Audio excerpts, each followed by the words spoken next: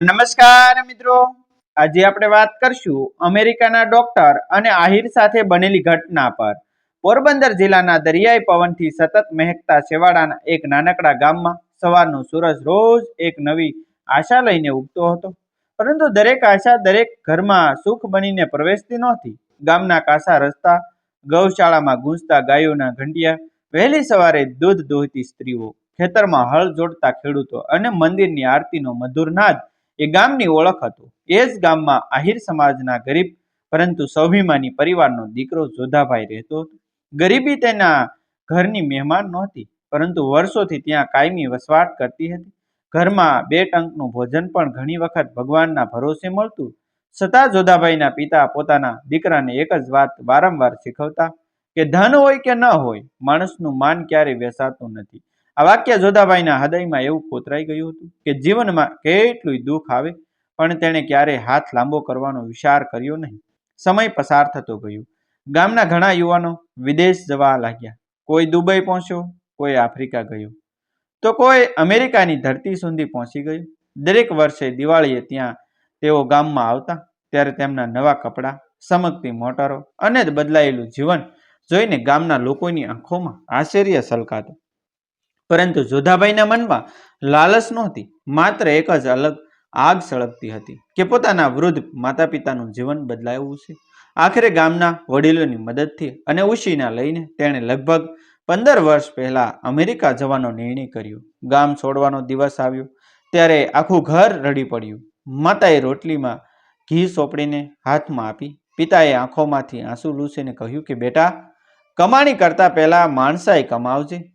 જોધાભાઈએ માટીની એક સપટી હાથમાં લઈને માથા સાથે લગાડી અને પ્રતિજ્ઞા લીધી કે જ્યાં સુધી શ્વાસ છે ત્યાં સુધી પોતાના ગામ અને પોતાના માતા પિતાનું નામ ઊંચું રાખશે. અમેરિકાની ધરતી પર પગ મૂકતા જ તેને સમજાઈ ગયું કે અહીં સપનાઓ મફતમાં મળતા નથી. દિવસ હોય કે રાત, કડકડતી ઠંડી હોય કે તડકો, જ્યાં કામ મળે ત્યાં જવું, ઈંટો ઊંચકવી, સિમેન્ટ મિક્સ કરવું, ગોડાઉનમાં ભારે ભાર ઊંચકવો, સફાઈ કરવી, બરફમાં કામ કરવું, થાકીને પાછા ફરીને ભાડાના નાનકડા ઓરડામાં સૂઈ જવું, બસ આ જ તેની દુનિયા બની ગઈ. અનેક વખત હાથ ફાટી જતા, શરીર તૂટી પડતું, પરંતુ દર મહિને પૈસા બચાવીને ગામમાં પિતાને મોકલવાનું તેણે ક્યારેય બંધ કર્યું નહીં. પોતે 2 જોડી જૂના કપડામાં વર્ષો કાઢી દેતો, પરંતુ માતા પિતાને ક્યારેય કમી અનુભવાય નહીં તેનું ધ્યાન રાખતો. ગામમાં જ્યારે પ્રથમ વખત તેના મોકલેલા પૈસાથી 2 વીઘા જમીન ખરીદાય ત્યારે પિતાએ ફોન પર માત્ર એટલું જ કહ્યું કે બેટા, તારી મહેનતનો પહેલો પાક હવે આ ધરતી ઉગાડશે. એ શબ્દ સાંભળીને જોધાભાઈ અમેરિકાના એકાંત ઓરડામાં બાળકની જેમ રડી પડ્યો. સમય ધીમે ધીમે બદલાતો ગયો. મહેનતનું ફળ મળવા લાગ્યું. 2 વીઘા 4 થઈ, 4 10 થઈ અને પછી વર્ષો વીતતા વીતતા જમીનનો વિસ્તાર વધતો ગયો. ખેતીમાં સારો પાક મળ્યો. પિતાએ સમજદારીથી વધુ જમીન ખરીદી, પાકું મકાન બનાવ્યું, ગૌશાળા ઊભી કરી અને આખું ગામ કહેવા લાગ્યું કે વિદેશમાં મજૂરી કરતો જોધાભાઈ પોતાના પરસેવાના દરેક ટીપાને સોનામાં ફેરવી રહ્યો છે.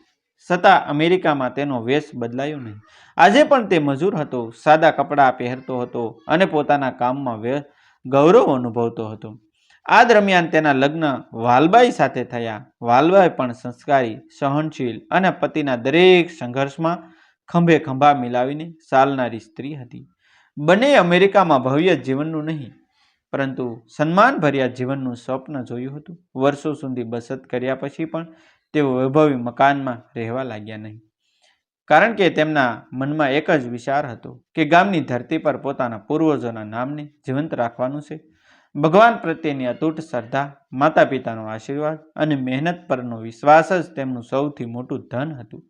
પછી એક દિવસ એવો આવ્યો કે વાલબાઈના ચહેરા પર અજાણી ચમક દેખાવા લાગી. તપાસ કરાવતા ખબર પડી કે તેમના ઘરે સંતાન આવવાનું હતું. એ સમાચાર સાંભળીને બંનેની આંખોમાં ખુશીના આંસુ આવી ગયા. જોધાભાઈએ સૌથી પહેલા પોતાના પિતાને ફોન કર્યો. ગામમાં જાણ થતાં આખું કુટુંબ આનંદમાં ડૂબી ગયું. પિતાએ તરત જ ગામના મંદિરે પ્રસાદ ચડાવ્યો અને કહ્યું કે આ સંતાન માત્ર અમારા ઘરનું નહીં, અમારી પેઢીના સંસ્કારોનું વારસ બનશે. વાલબાઈના ગર્ભના સમાચાર પછી જોધાભાઈનું જીવન જાણે નવી દિશામાં વળી ગયું હતું. અત્યાર સુધી તે માત્ર માતા પિતાના સુખ માટે જીવતો હતો, પરંતુ હવે તેના દરેક શ્વાસમાં આવનારા સંતાનનું ભવિષ્ય ધબકવા લાગ્યું હતું. સવારે અંધારું હોય ત્યારે કામે નીકળી જવું, આખો દિવસ પરસેવાથી ભીંજાઈ જવું, સાંજે થાકેલું શરીર લઈને પાછા ફરવું અને પછી વાલબાઈના ચહેરા પર એક સ્મિત જોઈને આખો દિવસનો થાક ભૂલી જવું. આ જ તેની રોજિંદી દુનિયા બની ગઈ હતી. વાલબાઈ પણ પતિને વારંવાર કહેતી કે હવે થોડું ઓછું કામ કરો, શરીર પણ ભગવાનને આપ્યું છે. પરંતુ જોધાભાઈ હસીને માત્ર એટલું જ કહેતો કે આજે વહેલો થાકી જઈશ તો કાલે મારા દીકરાને મહેનતના બદલે મજબૂરી વારસામાં આપવી પડશે અને હું ક્યારેય થવા નહીં દઉં. આ શબ્દોમાં ગરીબીની આગ પણ હતી અને એક પિતાનું સ્વપ્ન પણ હતું. બીજી બાજુ ગુજરાતના ગામમાં તેના પિતા રોજ ખેતરમાં જતા. એક વખત જે 2 વીઘાની જમીન હતી તે હવે ધીમે ધીમે વધી રહી હતી. સારા વરસાદ, સમજદારીને જોધાભાઈના પરસેવાથી મોકલાયેલા દરેક રૂપિયાના કારણે હવે 80 વીઘા સુધીનો વિસ્તાર ઊભો થઈ ગયો હતો. ગામના લોકો આશ્ચર્યથી કહેતા કે વિદેશમાં મજૂરી કરતો દીકરો અને ગામમાં રાજા જેવી ખેતી, પરંતુ જોધાભાઈના પિતાના ચહેરા પર ક્યારેય ગર્વ નહોતો દેખાતો.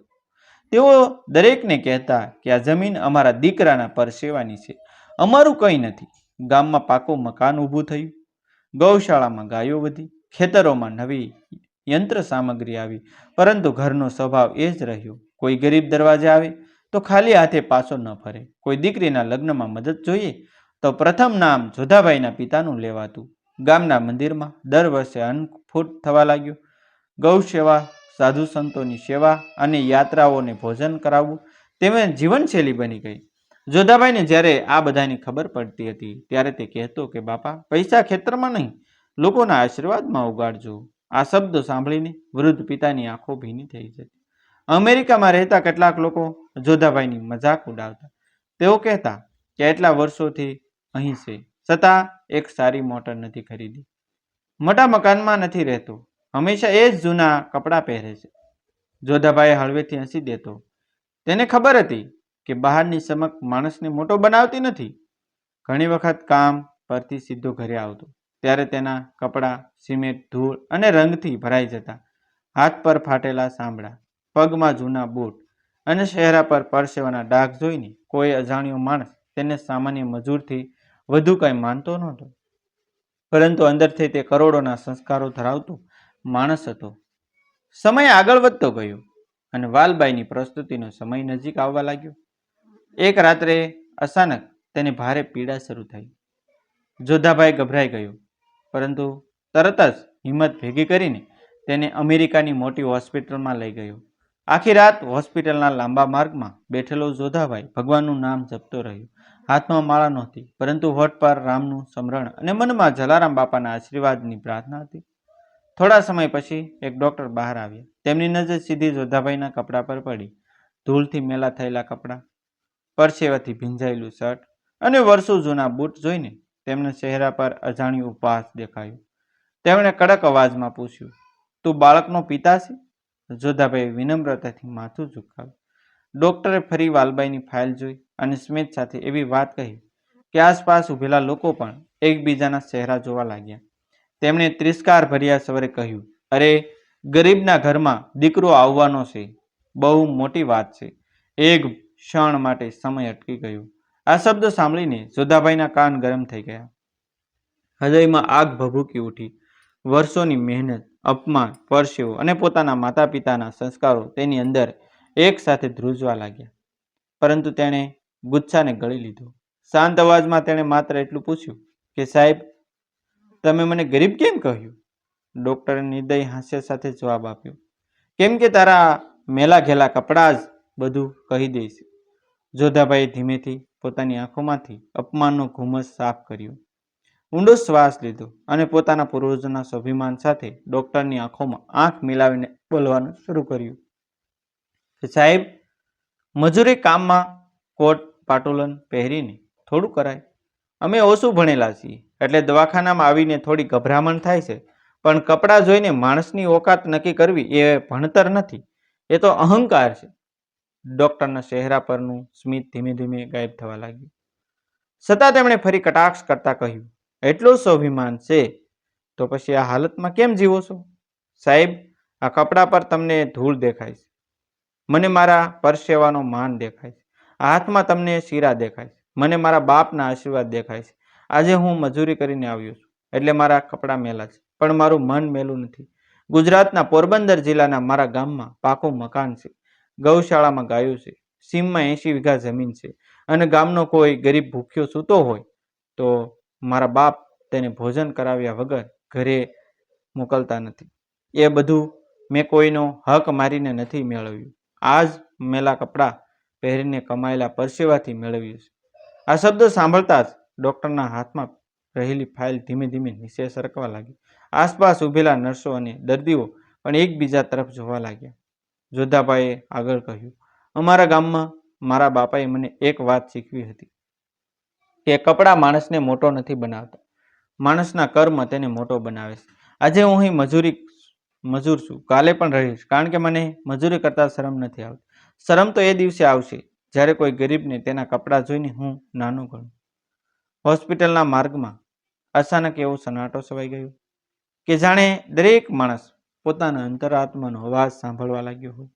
ડૉક્ટરના ચહેરા પર હવે અહંકાર નહોતો, પરંતુ અફસોસ દેખાવા લાગ્યો. તેમણે ધીમા અવાજમાં પૂછ્યું, શું ખરેખર તારા ગામમાં આટલી જમીન છે? જોધાભાઈએ તરત જ પોતાના ખિસ્સામાંથી એક જૂનો મોબાઈલ કાઢ્યો. તેમાં તેણે પોતાના પિતાના ખેતરોના ફોટા બતાવ્યા.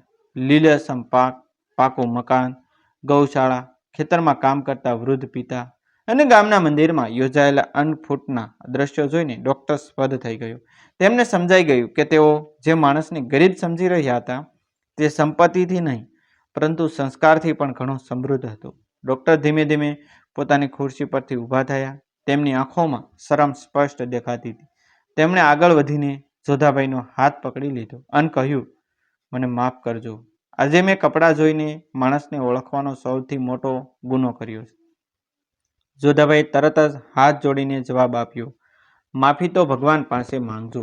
સાહેબ, હું તો એક સામાન્ય મજૂર છું, પરંતુ આજ પછી કોઈ મજૂરને તેના કપડાથી માપશો નહીં, કારણ કે કદાચ તેના કપડાં ગરીબ હશે, પણ તેના સપના અને તેના સંસ્કાર દુનિયાને સૌથી ધનિક હોઈ શકે.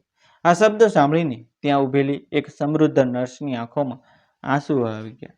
તેણે કહ્યું કે આજે આ હોસ્પિટલમાં સૌથી મોટો પાઠ કોઈ પુસ્તકમાંથી નહીં, એક મજૂર પાસેથી શીખવા મળ્યો. એટલામાં પ્રસ્તુતિ ખંડનો દરવાજો ખુલ્યો અને અંદરથી એક નર્સ દોડતી બહાર આવી. તેના ચહેરા પર આનંદ છલકાતો હતો. તેણે સ્મિત સાથે કહ્યું, અભિનંદન, તમને તંદુરસ્ત દીકરો થયો છે. એ શબ્દ સાંભળતા જ જોધાભાઈની આંખોમાંથી વર્ષોની મહેનત, અપમાન, આશા અને ભગવાન પ્રત્યેની કૃતજ્ઞતાના આંસુ એકસાથે વહી નીકળ્યા. તેણે તરત જ બંને હાથ આકાશ તરફ ઊંચા કરીને ભગવાનનો આભાર માન્યો. થોડા સમય પહેલા સુધી જે હોસ્પિટલના માર્ગમાં અપમાનની આગ સળગી રહી હતી, ત્યાં હવે ખુશીના આંસુઓની ગંગા વહેતી હતી. દીકરાના જન્મના સમાચાર સાંભળ્યા પછી જોધાભાઈ સૌપ્રથમ પોતાના પિતાને ફોન કર્યો. ફોન ઉપાડતા જ વૃદ્ધ પિતાના કાનમાં જ્યારે બાપા તમને પૌત્ર થયો એવા શબ્દો પડ્યા ત્યારે તેઓ એક ક્ષણ માટે નિઃશબ્દ થઈ ગયા. પછી તેમની આંખોમાંથી આનંદના આંસુ વહી નીકળ્યા. ગામના જલારામ મંદિરે તરત જ પ્રસાદ ધરાવ્યો. ગૌશાળામાં ગાયોને લીલો સારો નાખવામાં આવ્યો અને આખા ગામમાં મીઠાઈ વેચાઈ. ગામના વડીલો કહેતા હતા કે આ માત્ર એક બાળકનો જન્મ નથી, આ તો વર્ષો સુધી પરસેવો વહાવનારા દીકરાની મહેનતનો આશીર્વાદ છે. અમેરિકાની હોસ્પિટલમાં પણ વાતાવરણ બદલાઈ ગયું હતું. જે ડૉક્ટરે થોડા સમય પહેલા કપડાં જોઈને જોધાભાઈનું અપમાન કર્યું હતું, તે હવે વારંવાર તેની પાસે આવીને ક્ષમા માંગતો હતો. બીજા દિવસે હોસ્પિટલના કેટલાક ડૉક્ટરો અને નર્સોએ જોધાભાઈને વિનંતી કરી કે તેઓ પોતાના જીવન વિશે થોડું કહે. જોધાભાઈ કોઈ ગર્વ વગર માત્ર એટલું જ કહ્યું કે માણસે ક્યારેય પોતાના કપડાને નહીં, પોતાના કર્મને સમકાવવાના હોય છે. હું આજે પણ મજૂર છું, આવતીકાલે પણ મજૂર જ રહીશ. મજૂરી મારા માટે શરમ નથી, મારો ગૌરવ છે. જો હું આ હાથ ગંદા ન કરું તો મારા ગામની ધરતી લીલીછમ કેવી રીતે બને? શબ્દ સાંભળીને હોસ્પિટલના ઘણા કર્મચારીઓ ઊભા થઈ ગયા અને તાળીઓના ગડગડાટથી આખો માર્ગ ગુંજી ઉઠ્યો. જે ડૉક્ટરે અપમાન કર્યું હતું તેણે જાહેરમાં સ્વીકાર્યું કે જીવનમાં સૌથી મોટો પાઠ તેને કોઈ યુનિવર્સિટીએ નહીં, પરંતુ ગુજરાતના એક આહિર મજૂરે શીખવ્યો હશે. થોડા મહિનાઓ પછી વાલબાઈ અને નવજાત દીકરો સંપૂર્ણ સ્વસ્થ થયા. જોધાભાઈએ નિર્ણય કર્યો કે હવે થોડા સમય માટે પરિવાર સાથે પોતાના ગામ જવું જોઈએ. વર્ષો પછી જ્યારે વિમાન ગુજરાતની ધરતી પર ઉતર્યું ત્યારે જોધાભાઈએ વિમાનમાંથી નીચે ઉતરતા જ માટીને સ્પર્શ કરીને માથા પર લગાવી. તેની આંખોમાંથી આપોઆપ આંસુ વહેવા લાગ્યા. પોરબંદરના પોતાના ગામમાં જ્યારે તે પહોંચ્યો ત્યારે આખું ગામ તેના સ્વાગત માટે ઊભું હતું. કોઈએ ફૂલહાર પહેરાવ્યો, કોઈએ ઢોલ વગાડ્યા, તો કોઈએ બાળકને ખોળામાં લઈને આશીર્વાદ આપ્યા. વૃદ્ધ પિતા દીકરાને ભેટી પડ્યા. બંને લાંબા સમય સુધી એક શબ્દ પણ બોલી શક્યા નહીં. એ ક્ષણે ત્યાં હાજર દરેકની આંખો ભીની થઈ ગઈ. બીજા દિવસે જોધાભાઈ પોતાના ખેતરોમાં ગયો. પવન સાથે લહેરાતા પાકને જોઈને તેને યાદ આવ્યું કે આ દરેક ડાંગરનો દાણો અમેરિકાની કડકડતી ઠંડીમાં વહાવેલા પરસેવાના ટીપાથી સિંચાયો છે. તેણે ખેતરની માટી હાથમાં લઈને કહ્યું, માં, હું ભલે દુનિયાના કોઈ પણ દેશમાં રહું, પરંતુ મારું હૃદય તો તારા ખોળામાં જ ધબકે છે. ત્યાર પછી તેણે ગામની પંચાયત અને વડીલોને ભેગા કર્યા. તેણે જાહેર કર્યું કે ગામમાં કોઈ ગરીબ બાળક માત્ર પૈસાના અભાવે ભણવાનું છોડશે નહીં. પોતાના ખર્ચે વિદ્યાભ્યાસ માટે સહાય નિધિ શરૂ કરી. ગૌશાળાના વિસ્તરણ માટે દાન આપ્યું. ગામના મંદિરોમાં યાત્રાળુઓ માટે ભોજનશાળાનું નિર્માણ કરાવ્યું અને ખેડૂતોને આધુનિક ખેતી માટે જરૂરી સાધનો ઉપલબ્ધ કરાવવાની વ્યવસ્થા કરી. લોકો આશ્ચર્યચકિત થઈ ગયા. ગામના એક વૃદ્ધે પૂછ્યું, બેટા, તું પોતાના માટે શું રાખશે? જોધાભાઈ હળવું સ્મિત કરીને બોલ્યો કે મારા માટે તો ભગવાને પૂરતું આપ્યું છે. હવે જે બચ્યું છે તે સમાજનું છે. એ જ સમયે અમેરિકાની હોસ્પિટલના તે ડૉક્ટરનો વિડીયો સંદેશ આવ્યો. તેમણે જાહેરમાં સ્વીકાર્યું કે દેખાવ પરથી માણસનું મૂલ્યાંકન કરવું જીવનની સૌથી મોટી ભૂલ છે. અને તેમણે પોતાના હોસ્પિટલમાં નવા ડૉક્ટરોને તાલીમ આપતી વખતે જોધાભાઈની ઘટના ઉદાહરણ તરીકે કહેવાની શરૂઆત કરી છે. આ સમાચાર સમગ્ર વિસ્તારમાં ફેલાઈ ગયા. લોકો કહેવા લાગ્યા કે સંપત્તિ માણસને મોટો બનાવતી નથી, સંસ્કાર અને સ્વાભિમાન તેને મહાન બનાવે છે. વર્ષો પછી જ્યારે જોધાભાઈનો દીકરો મોટો થયો ત્યારે તેણે પોતાના પિતાને પૂછ્યું કે બાપા, તમે એટલી સંપત્તિ હોવા છતાં મજૂરી કેમ કરતા રહ્યા? જોધાભાઈએ તેને પોતાના જૂના ફાટેલા બૂટ બતાવ્યા અને કહ્યું કે બેટા, આ બૂટ મારા ભાગ્યના નથી, મારા પરિશ્રમના સાક્ષી છે. આ જ બૂટે મને શીખવ્યું કે મહેનત કરનાર માણસ ક્યારેક ગરીબ નથી હોતો. ગરીબ તો એ છે જે પોતાના સંસ્કાર ગુમાવી દે. દીકરાએ તે બૂટ પોતાના મસ્તક સાથે લગાવ્યા અને પિતાના ચરણ સ્પર્શ કર્યા. વૃદ્ધ પિતાની આંખોમાં ફરી આંસુ આવી ગયા. તેમણે આકાશ તરફ જોઈને ભગવાનનો આભાર માન્યો કે તેમણે સંપત્તિ કરતાં સંસ્કારનો વારસો આપનાર દીકરો આપ્યો. ગામના મંદિરની સાંજની આરતીના ઘંટનાદ વચ્ચે જોધાભાઈ પોતાના પરિવાર સાથે ઊભા હતા. અમેરિકાની સમક, ડોલરની કમાણી અને વૈભવ બધું એક બાજુ હતું, જ્યારે ગુજરાતની માટીની સુગંધ, માતા પિતાના આશીર્વાદ, ગૌશાળાની ઘંટીઓ, ખેતરની હરિયાળી અને ભક્તિ ભરેલું જીવન બીજી બાજુ હતું. જોધાભાઈએ ધીમેથી પોતાના દીકરાના ખંભા પર હાથ મૂકીને કહ્યું, યાદ રાખજે બેટા, કપડાં મેલા થાય તો ધોઈ શકાય, પૈસા ખૂટે તો ફરી કમાઈ શકાય, પરંતુ જો માણસના સંસ્કાર મેલા થઈ જાય ને તો દુનિયાની કોઈ સંપત્તિ તેને ફરી ચોખ્ખા કરી શકતી નથી. માણસની સાચી ઓળખ તેના વસ્ત્રોથી નહીં, તેના વસનથી થાય છે. તેના ધનથી નહીં, તેના દાનથી થાય છે. તેના ઘરના કદથી નહીં, તેના હૃદયની વિશાળતાથી થાય છે. આ શબ્દો સાથે મંદિરની આરતી પૂર્ણ થઈ. આકાશમાં શંખનાદ ગુંજી ઉઠ્યો અને એવું લાગ્યું જાણે ગુજરાતની ધરતી પોતે જ પોતાના એક સંસ્કારી પુત્રને આશીર્વાદ આપી રહી હોય. આ જ હતી જોધાભાઈ અને વાલબાઈની એવી ગાથા જેણે સાબિત કરી દીધું કે પરદેશમાં પરસેવો વહાવનાર દરેક મજૂર ગરીબ નથી હોતો, કારણ કે સાચી સમૃદ્ધિ બેંકના ખાતામાં નહીં, પરંતુ સંસ્કાર, સ્વાભિમાન, ભક્તિ અને પોતાના વતન પ્રત્યેના પ્રેમમાં વસતી હોય છે. ડિસ્ક્લેમર: આ વાર્તા સંપૂર્ણપણે કાલ્પનિક છે. તેમાં દર્શાવવામાં આવેલા તમામ પાત્રો, સ્થળો, સ્વાદો અને ઘટનાઓ માત્ર મનોરંજન તથા સકારાત્મક સંદેશ આપવાના હેતુથી રજૂ કરવામાં આવ્યા છે. જો કોઈ વ્યક્તિ, સમાજ, સ્થળ અથવા વાસ્તવિક ઘટના સાથે કોઈ સામ્યતા જણાય તો તે માત્ર સુયોગ માનો. આ વાર્તાનો હેતુ કોઈની લાગણી દુભાવવા, અપમાન કરવા અથવા ભ્રમ ફેલાવવાનો નથી. આવા જ વિડીયો જોવા માટે અમારી ચેનલ સાથે બની રહેશો. અમારી ચેનલને સબસ્ક્રાઈબ કરી દેજો. થેન્ક યુ મિત્રો. મળશું આપણે એક નવા વિડીયો સાથે. જય માતાજી.